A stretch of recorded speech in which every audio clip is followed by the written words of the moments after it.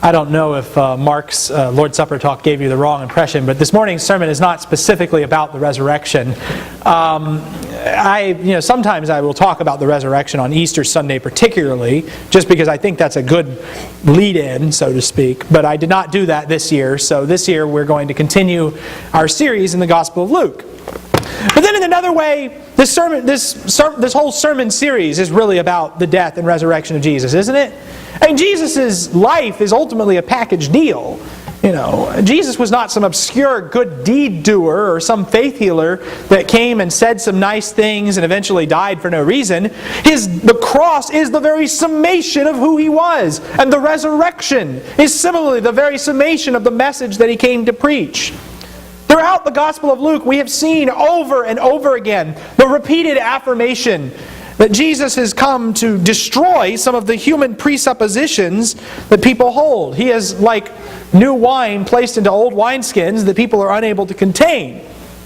And what human presupposition is more pervasive than the idea that dead people don't come back to life? It doesn't happen. And so in the ultimate sense then, Jesus' resurrection confirms everything He taught. Without the resurrection of Christ, the death of Christ has no meaning. It is, in truly, just another message of obscurity. A Nazarite carpenter turned rabbi who offended the authorities and was handed over to the Roman governor to die. Without the resurrection, that cannot be seen as the central event of human history. And He cannot be seen as the central figure of human history. But in Luke chapter 8, we see just a glimpse of that very power that Jesus was demonstrating. The authority that allows Him to come back from the dead is manifested in various ways to His disciples. And what we see here, we're going to really look more at the second half of Luke 8 this morning, from verses 22 through 56. And what we have here are effectively several miracle stories that are grouped together. And they're grouped together in pretty much the same way in the Gospel of Mark. So in a lot of ways this lesson could kind of be transplanted into a series on Mark. But in some ways, there are some, I guess, unique Lucan elements to it. In Luke chapter 8, what we see is all these miracles that Jesus performs have a common theme that connects them, and that is this authority that Jesus has to control everything. In Luke chapter 8, and verses 22 through 25, on one of those days, Jesus and His disciples got into a boat, and He said to them, "Let's go over to the other side of the lake." So they launched out. But as they were sailing along, He fell asleep, and a fierce gale of wind descended on the lake, and they began to be swamped and to be in danger. They came to Jesus and woke Him up, saying, "Master, Master, we are perishing!" And He got up and rebuked the wind and the surging waves, and they stopped, and it became calm. And He said to them, "Where is your faith?" They were fearful and amazed, saying to one another, "Who then is this that He commands even the winds and the water, and they obey Him?" Jesus and His disciples, they're crossing the lake, and this fierce gale of wind takes hold of the boat. It causes them to be afraid. This was the sort of thing that conditions on the Sea of Galilee were such that, winds could strike the water and stir up the waves without warning, and you'd be in a mess real quick. And the disciples panic. They tell Jesus that they're perishing. In verse 24, we just kind of have this shocking revelation that they have to wake Jesus up to tell Him this. They have to wake Jesus up. But wait, He's asleep? Apparently the only time Jesus can get any rest, you've seen Him trying to get away from these crowds of people, to get away from people out in the wilderness on His own to pray. We've seen Him give up sleep in order to pray in Luke chapter 6 and verse 12. But this is the one instance in the Gospels, this story of Jesus stilling the storm, where we see Jesus sleeping. But one time in and it's recorded in Matthew, Mark, and Luke, but this is the only time in Jesus' life where we learn about Him sleeping. It's a little interesting in and of itself. Why? Well, because Jesus doesn't have anything to be afraid of. The disciples wake Him up, He gets up, He tells the wind and the waves to be quiet, and they stop like it's nothing. And this just prompts this question, who is this guy? Who is Jesus? Following Mark's progression of stories, Luke is inviting us to consider the question, just who is this fellow who can tell the wind and the waves to be quiet, and they actually listen to Him? if you're a Jew and you go to the synagogue a lot and you hear the scriptures read a lot, you might call to mind a couple of passages. Like Psalm 29 in verse 3, the voice of Yahweh is upon the waters. The God of glory thunders. Yahweh is over many waters. Or Psalm 89 in verse 9, you rule the swelling of the sea. When its waves rise, you still them. One passage in particular, kind of interesting parallel to what's going on here in Psalm 107. Psalm 107 is a long multi-verse hymn a multi-stanza hymn really about God rescuing people out of various situations and people being thankful for it. And in Psalm 107 in verses 23 through 32, we turned our attention to the idea of sailors. Those who go down to the sea in ships, who do business on great waters, they have seen the works of the Lord and His wonders in the deep. For He spoke and raised up a stormy wind, which lifted up the waves of the sea. They rose up to the heaven. They went down to the depths. Their soul melted away in misery. They reeled and staggered like a drunken man and were at their wits' end. And then they cried to the Lord in their trouble, and He brought them out of their distresses. He caused the storm to be still, so that the waves of the sea were hushed. Then they were glad because they were quiet. So He guided them to their desired haven. Let them give thanks to the Lord for His loving kindness and for His wonders to the sons of men. Let them extol Him also in the congregation of the people and praise Him at the seat of the elders. Now, does that sound kind of like what happened to the disciples? A little bit. They go out on the sea, the waves are stirred up, and they're panicked. They're fearful for their lives. And what do? They cry out to Jesus. Well, here in the Psalm, they cry out to the Lord. And then the Lord is the one that stops the storm and stops the sea and stops all these things in the Psalms. The disciples talk to Jesus, Master, we're perishing. And Jesus is the one that causes the sea to be still, that causes the storm to be still. Well, wouldn't you ask the same thing? Who is this guy? Who is Jesus who commands the wind and the waves and they obey Him? The Old Testament is very clear about the fact that God controls the weather. I've heard people try to kind of relegate that off to just random chance or something like that. No, there's no passage in the Bible that says that weather conditions are the product of random chance. It's always God that controls the weather. But we may not know the reasons why He sends a storm to a particular area. I think it's foolish to speculate about why this hurricane destroyed this particular city. But God is in control of all of that. And let's not deny His power by denying that idea. And the fact that Jesus commands the sea in this fashion tells us something about the level of authority that He has.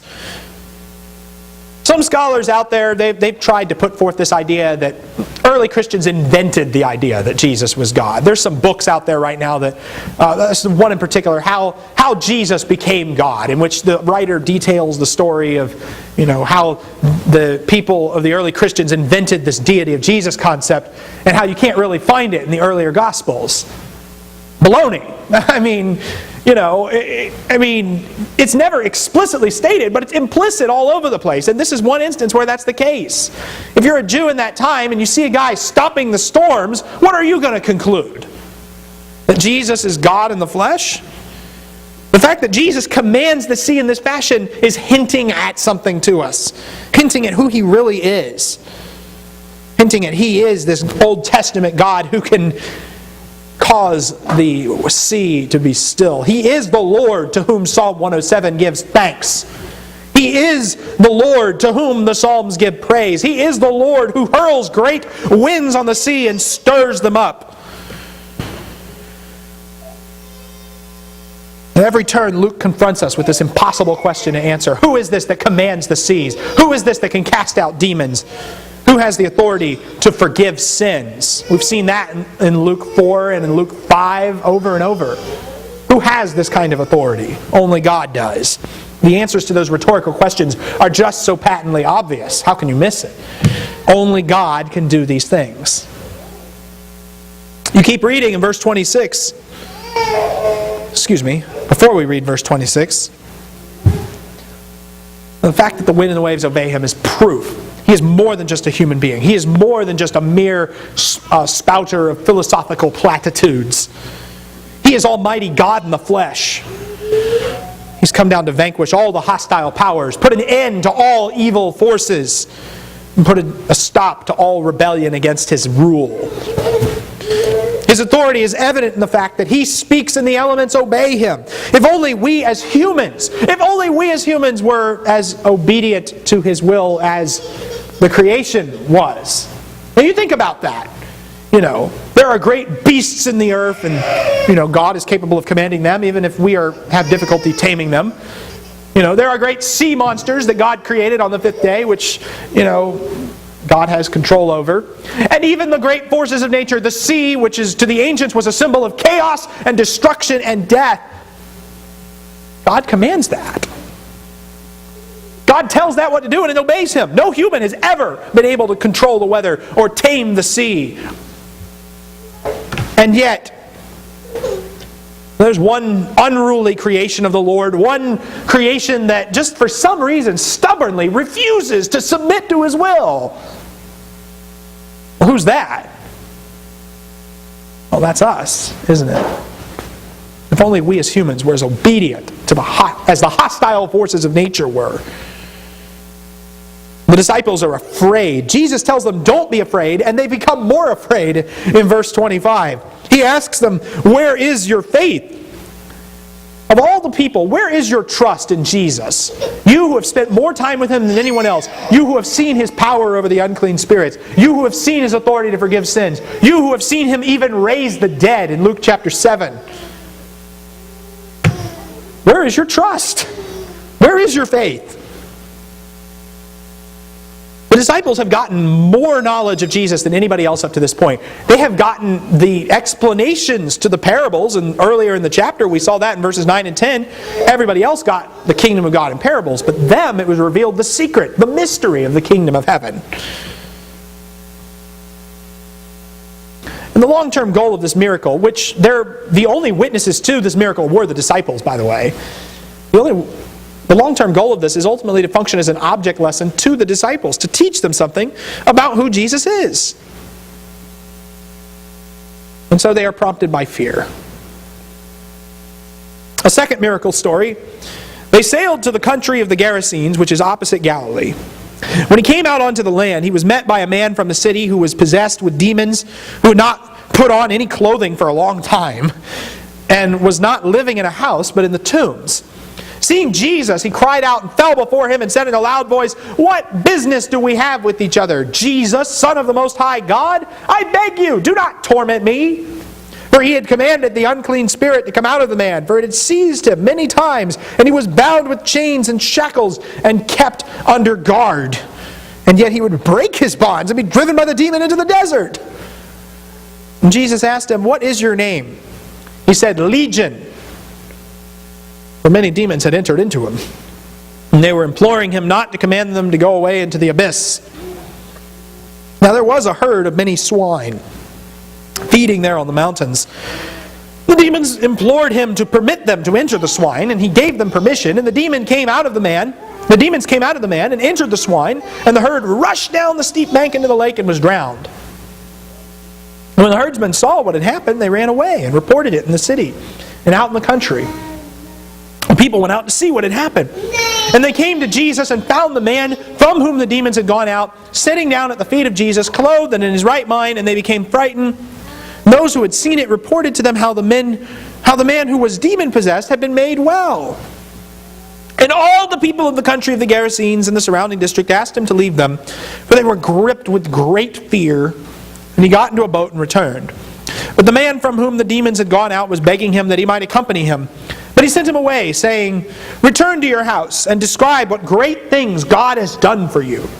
So he went away, proclaiming throughout the whole city what great things Jesus had done for him. So as Jesus vanquishes a hostile storm, now He stops a legion of demons.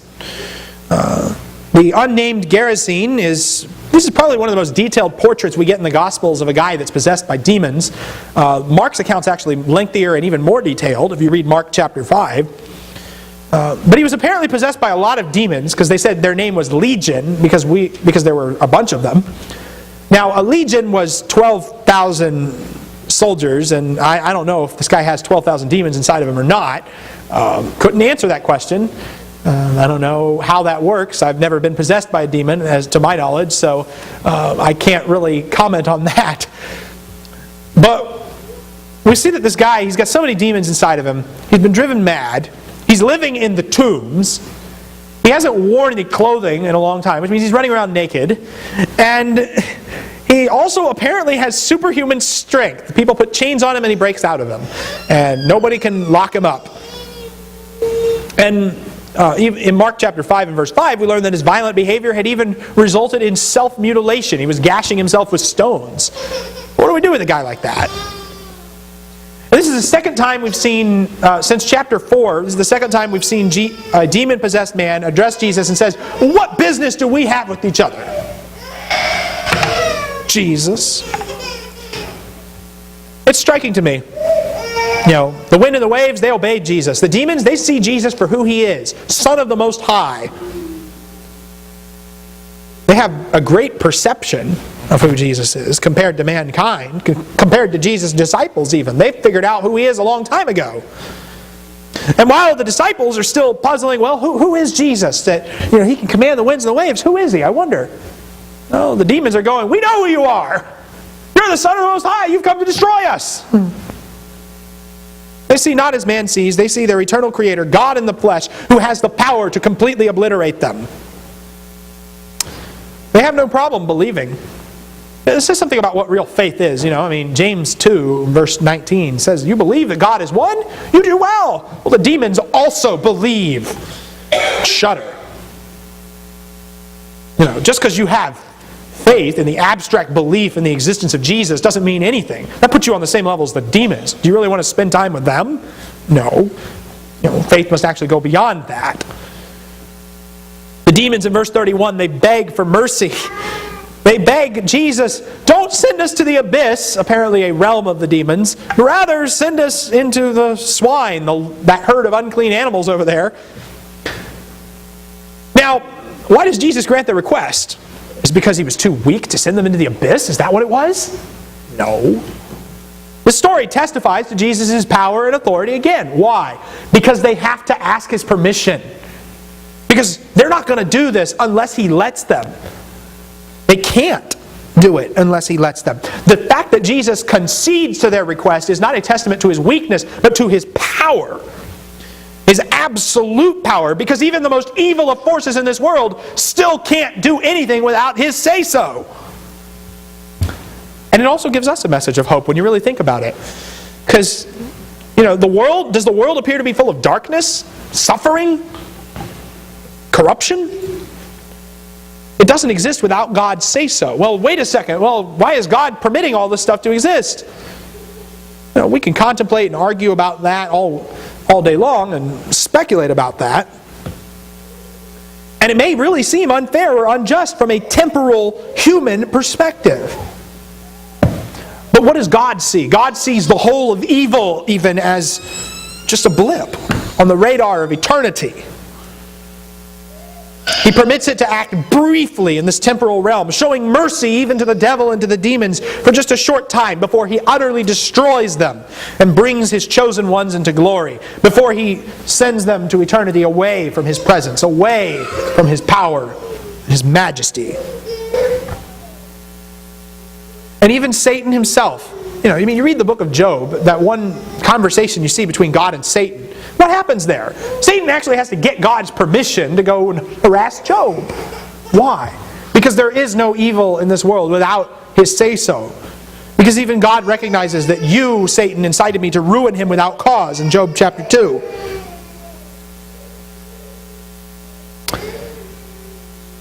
And though we see these demons empowered, these demons are powerful. They enabled a mere mortal man to break out of chains. Surely this must be a great, destructive, powerful force. But Jesus claims that his work was to come and to bind the strong man, to defeat the power of the devil, to defeat the strength of Beelzebul, and to subject to his feet yet another enemy of the kingdom, That is what Jesus has come to do. The locals' response is interesting as well. The locals are afraid. They come out and they see their local crazy guy and he's wearing clothes. What happened? This is again a cause for fear. And so you know what they do? They want Jesus to leave. Go away. Leave the region. We don't want you here. Why? Well, maybe he's a threat to their pig farming industry. That seems to have been, I guess, the most reasonable explanation. It's some of the farmers in particular are singled out in other gospel accounts. And by contrast, the crowd begs him to leave. The guy he healed begs him, hey, let me go with you. I want to go along too. I want to be part of this group. He sees something. The demoniac sees reasons for wonder and gratitude, and he wants to express it. He recognizes that Jesus has delivered him by putting him in his right mind. Now he wants to join the ranks of his disciples. So why isn't this guy in the list of the 12 disciples that we sing about? Well, because Jesus tells him no. In verse 39, he says, you're not coming with me. Go back to your house and tell them about what God has done for you. You want to show your gratitude towards God? You want to show your thankfulness towards God for this deliverance? Go and tell others what God has done for you. And you know what? This guy does that. He goes and tells his friends what Jesus has done for him. And you notice that little implicit switch between God and Jesus. There's, he's using those things interchangeably because Luke is hinting at this idea that who Jesus really is God in the flesh. He's hinting at that all along. A third miracle story in verses 40 through 56. And really this miracle story is kind of a double one. A kind of inception of miracle stories, I guess, within a miracle story. Jesus returned, the people welcomed him, for they had all been waiting for him, and there came a man named Jairus, and he was an official of the synagogue. And he fell at Jesus' feet and began to implore him to come to his house, where he had an only daughter, about 12 years old, and she was dying. But as he went, the crowds were pressing against him. And a woman who had had a hemorrhage for 12 years and could not be healed by anyone came up behind him and touched the fringe of his cloak, and immediately her hemorrhage stopped. Jesus said, "Who's the one who touched me?" While they were all denying it, Peter said, "Master, the people are crowding and pressing in on you." Jesus said, "Someone touched me, for I was aware that power had gone out from me." When the woman saw that she had not escaped notice, she came trembling and fell down before him and declared in the presence of all the people the reason why she had touched him and how she had been immediately healed. And he said to her, "Daughter, your faith has made you well. Go in peace." But while he was still speaking, someone came from the house of the synagogue official saying, "Your daughter's died. Do not trouble the teacher anymore."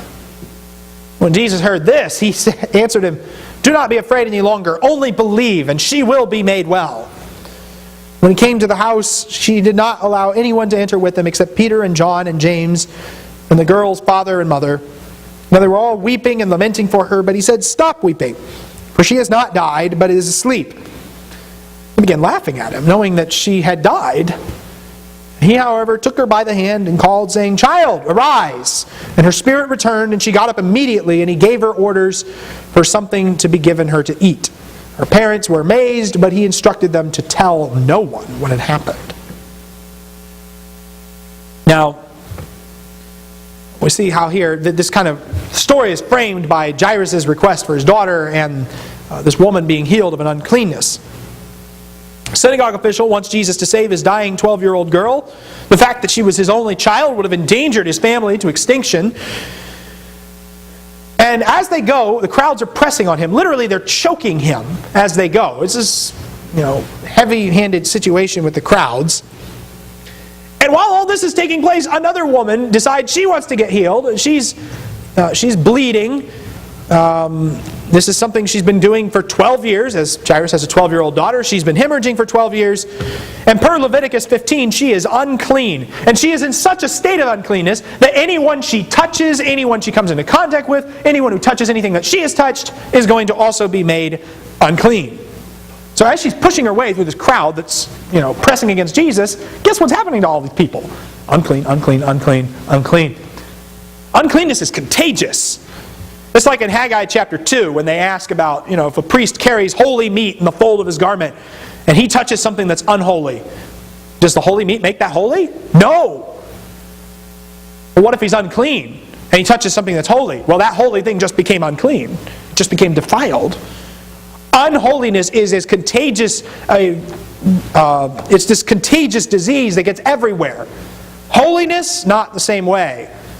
Holiness is something that's not contagious. It's very limited. You have to go through all these processes to make things holy and to sanctify them. So she touches Jesus, and what will happen? She is made whole. She is cleansed. He is not defiled, but she is made cleansed. Why? Because there's something different about Jesus. Jesus asks the odd question, who touched me? A lot of people are touching you, Jesus. There's crowds everywhere. But why are you asking who touched me? Well, Jesus is aware of what's happened. He's aware that he's healed someone. Well, it's not like Jesus has this, he's like this giant battery that, all his power is going to get drained out. She took some of my power without asking. Is that what happened? No. He's aware that power has gone forth from him. That he has performed a miracle inadvertently without request. So they pull the woman out of the crowd. The other Gospels actually tell us what the woman was thinking at the time. If I could just touch the fringe of his garment, I will be made well. Mark 5:28, Matthew 9:21, and so on. Jesus tells her, your trust has made you well. You didn't even think to ask. You just thought, if I just touch his garment, she realizes there's something different about Jesus, something about his holiness, something about the way he sanctifies. And it was that trust in him, that recognition of who he was, that made her well. Like the Gentile centurion, who Jesus said had more trust than anyone he had encountered in Israel, in chapter 7 and verse 9. This woman's the same way. So different from the disciples, where Jesus asked, where is your faith? While all this is going on, and you can just imagine somebody's getting upset here. If we hadn't stopped to talk to this woman, Jesus would have been able to heal Jairus' daughter, but now she's dead. What are we going to do? Messenger comes and says, don't bother Jesus anymore. She's already dead. Nothing he can do now. There's that basic of human presuppositions I talked about at the beginning. Dead people don't come back to life, apparently. Now, Jesus has already raised the dead once in Luke chapter 7. Now that account's unique to Luke, and we as the reader already know what Jesus could do. But apparently this guy didn't. And Jesus tells Jairus the same thing. Do not fear, only trust, only believe. You see how he contrasts fear and faith, terror and trust. They are opposites throughout the story. The disciples are afraid. Jesus asks, where is your faith? Jairus, he tells him, don't fear. Only have faith. Jesus, they go in, and we have another limited audience miracle. Jesus goes in. He won't even take all the disciples with him this time. He just takes 3 of them. And they go in, and he tells the little girl to get up. Well, first he tells everybody else, oh, she's not dead. She's just asleep. They go from weeping to laughing very quickly. Laughing at Jesus, because that's an outlandish claim. She's not asleep. Jesus, she's dead. And Jesus tells the girl, get up. There's that authority for you right there. Jesus tells a dead person to get up, they're going to get up. And her breath returns, and she gets up. Jesus instructs that she get something to eat. The reason for that, I don't know. Does death make people hungry? Does he want to prove that she's not a ghost? You see that kind of thing later on in Luke. When Jesus comes back from the dead, he insists on eating in front of his disciples to prove them that he's not some kind of vision or ghost. And in verse 56 he says, No one's supposed to know about this. I'm sorry, your kid dies and then somebody comes in and brings them back to life. Wouldn't you tell people? Why keep it secret? Why keep it hush-hush? The secrecy of this event, and it's totally the opposite of the demon-possessed Gerasene, by the way, back in verse 39. And Jesus says, go tell everybody. This guy, he says, no, don't tell anybody. Keep this secret. Why? Well, part of it may have to do with the fact that the demon-possessed guy lived in a Gentile area among the Gerasenes. The Jews weren't really known for pig farming. And so they've got the Jairus. Jairus is the heart of the Jewish community. He's a synagogue official. Gentiles, they get the message of Jesus freely. The Jews, they got to dig for it to find out what happened in there. Jesus is deliberately concealing it from them. Why? Prevent them from reading their own misconceptions about life from the dead, about the Messiah, about the kingdom. And the secrecy of this event. It's interesting that the fact that no one saw this allows everybody to rationalize it a little bit. Jesus comes in. She's only asleep. He goes in. She comes out. He was right. She was only asleep. We can rationalize this whole thing away, can't we? But they knew before that happened that she was dead. So what do? Do they rationalize it? Do they think she just swooned? Or do they believe what they have not seen? Do they believe that a miracle has taken place? Do they follow the evidence where it leads? Therein lies the difference between the heart that accepts Jesus, the heart that submits to His authority, and the heart that stubbornly rebels against Him. More evident than that is when somebody comes back from the dead. And what happens when a person comes back from the dead? Does that convince people? Does that convict people? I personally find the resurrection of Jesus to be the most convincing argument for who He is. But it won't convict those with the wrong heart. Later on in Luke chapter 16 and verse 31, Abraham tells the rich man, Lazarus isn't going to come back from the dead. He says, if they do not listen to Moses and the prophets, they will not be persuaded even if someone rises from the dead. If they do not love the Lord, if they do not submit to His authority, what good is another dead person rising from the dead going to do? What good is life from the dead going to do to convince these people? They are so stubborn, so hard of heart that they will not believe even if presented with completely incontrovertible evidence. No. Because the issue is not, has God proven Himself? The issue is whether or not man has the heart to trust Him. The issue is whether man has the heart to love Him. It has always been that. It has always been about that level of submission that man had.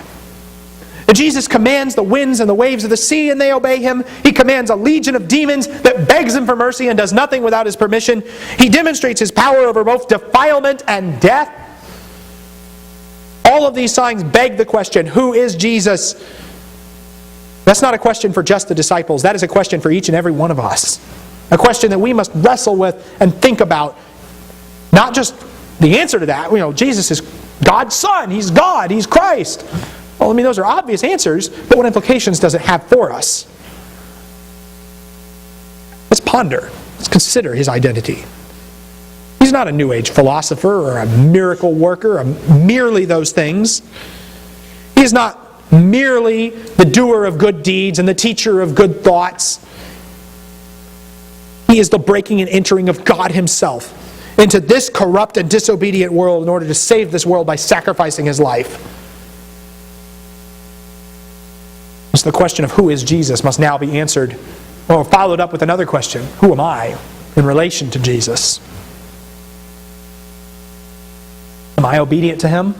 Am I obedient to His will? Do I love Him as He has loved me? Am I willing to give myself up for Him as He gave Himself up for me? Am I willing to take up my cross daily and follow Him as He took up His cross for me? Perhaps you're here this morning. Perhaps you've never become a Christian, never submitted your life in obedience to His will. Perhaps, you at one time professed faith, and you realized that maybe your baptism was, but of no account. Perhaps you just realized that you have fallen short, far short of what God's will for you is. and you need help to restore yourself to Him. We all need that encouragement and that help from time to time. The Lord compels us to live that way. He compels us to live a certain way, a way of sacrificial suffering service. The question we have to ask ourselves is, am I willing to live that way? Am I willing to submit to Him and love Him? If there's anything we can do to make you right with the Lord this morning, now, that can be done while we stand and sing.